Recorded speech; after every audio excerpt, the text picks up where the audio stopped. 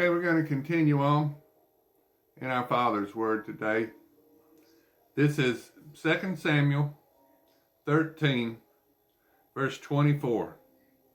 And Absalom came to the king and said, Behold, now thy servant hath sheep hairs. Let the king, I beseech thee, and his servants go with thy servant. And the king said to Absalom, Nay, my son, let us not all now go, lest we be chargeable unto thee. And he pressed him, howbeit he would not go, but blessed him. Then said Absalom, If not, I pray thee, let my brother Amnon go with us.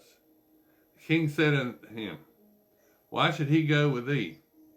But Absalom pressed him that he let Amnon and all the king's sons go with him. Now Absalom had commanded his servants, saying, Mark ye now, when Absalom's heart is merry with wine, and when I say unto you, Smite Amnon, then kill him, fear not. Have not I commanded you, be courageous and be valiant? And the servants of Absalom did unto Amnon as Absalom had commanded. Then all the king's sons arose, and every man gat him up upon his mule and fled. And it came to pass, while they were in the way, that tidings came to David, saying, Absalom has slain all the king's sons, and there is not one of them left. Then the king arose and tore his garments, and lay on the earth, and all his servants stood by with their clothes rent. And Jonadab, the son of Shimeah, David's brother, answered and said, Let not my lord suppose that they have slain all the young men of the king's sons. For Amnon only is dead, for by the appointment of Absalom this has been determined, from the day that he forced his sister Tamar. Now therefore let not my lord the king take this thing to heart, to think that all the king's sons are dead. For Amnon only is dead. But Absalom fled. And the young man that kept the watch lifted up his eyes and looked, and behold, there came much people by the way of the hillside behind him. And Jonadab said unto the king, Behold, the king's sons come, as thy servant said, so it is. And it came to pass, as soon as he had made an end of speaking, that, behold, the king's sons came and lifted up their voice and wept. And the king also and all his servants wept very sore. But Absalom fled and went to Talmaiah, the son of Amminahud, king of Geshur, and David mourned for his son every day. So Absalom fled and went to Geshur, and was there for 3 years. And the soul of King David longed to go forth unto Absalom, for he was comforted concerning Amnon, seeing he was dead. Now this is 2 Samuel chapter 14. Now Joab, the son of Jerush, perceived that the king's heart was toward Absalom. And Joab sent to Tekoa, and fetched thence a wise woman, and said unto her, I pray thee, feign thyself to be a mourner, and put on now mourning apparel, and anoint not thyself with oil, but be as a woman that had a long time mourned for the dead. And come to the king, and speak on this manner unto him. So Joab put the words in her mouth. And when the woman of Tekoa spake unto the king, she fell on her face to the ground, and did obedience, and said, Help, O king. And the king said unto her, What aileth thee? And she answered, I am indeed a widow woman, and mine husband is dead. And thy handmaid had 2 sons, and they 2 strove together in the field. There was none to part them, but one smote the other, and slew him. And behold, the whole family is risen against mine handmaid, and they said, Deliver him that smote his brother, that we may kill him for the life of his brother whom he slew.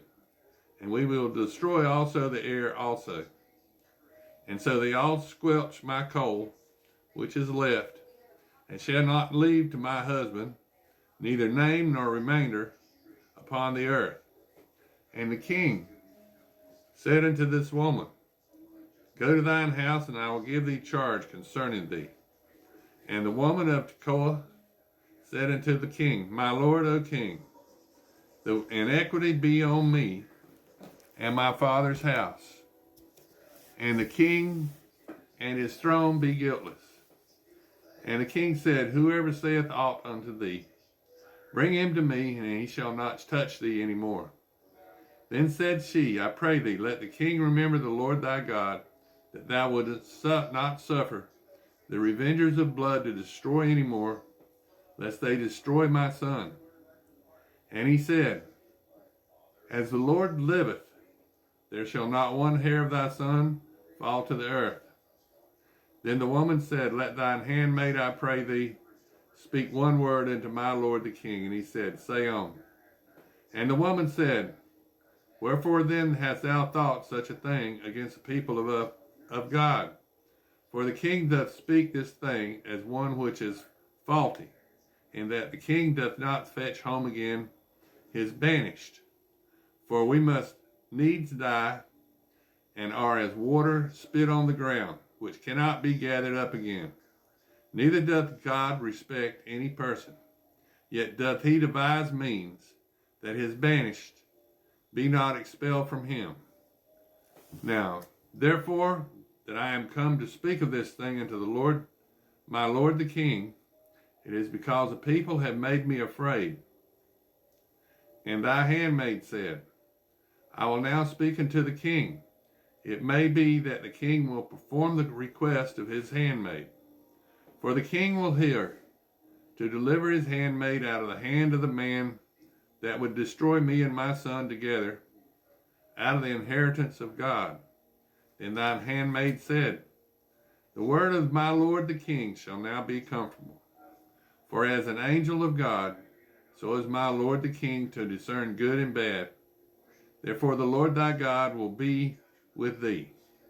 Then the king answered and said unto the woman, Hide not from me, I pray thee, the thing that I speak, ask thee.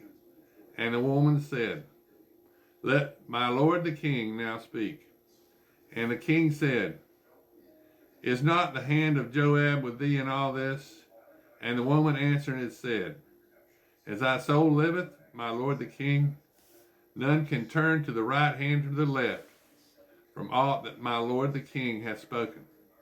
For thy servant Joab, he bade me and put all these words in the mouth of thine handmaid. To fetch about this form of speech hath thy servant Joab done this thing. And my Lord is wise according to the wisdom of an angel of God, and to know all things that are in the earth.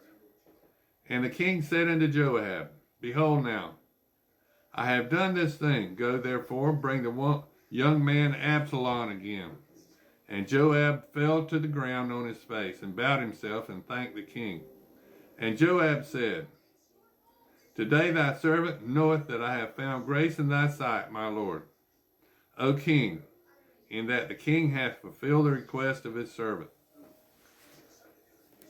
So Joab arose and went to Geshur, and brought Absalom to Jerusalem.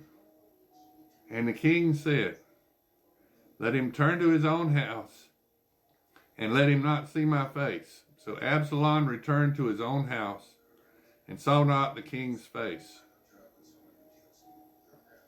But in all Israel there was none to be so much praised as Absalom for his beauty. From the sole of his foot even to the crown of his head, there was no blemish in him. And when he polled his head, for it was at every year's end that he polled it, because the hair was heavy on him, and therefore he polled it, he weighed the hair of his head at 200 shekels, after the king's weight. And unto Absalom there were born 3 sons and 1 daughter, whose name was Tamar. She was a woman of fair countenance. So Absalom dwelt 2 full years in Jerusalem, and saw not the king's face.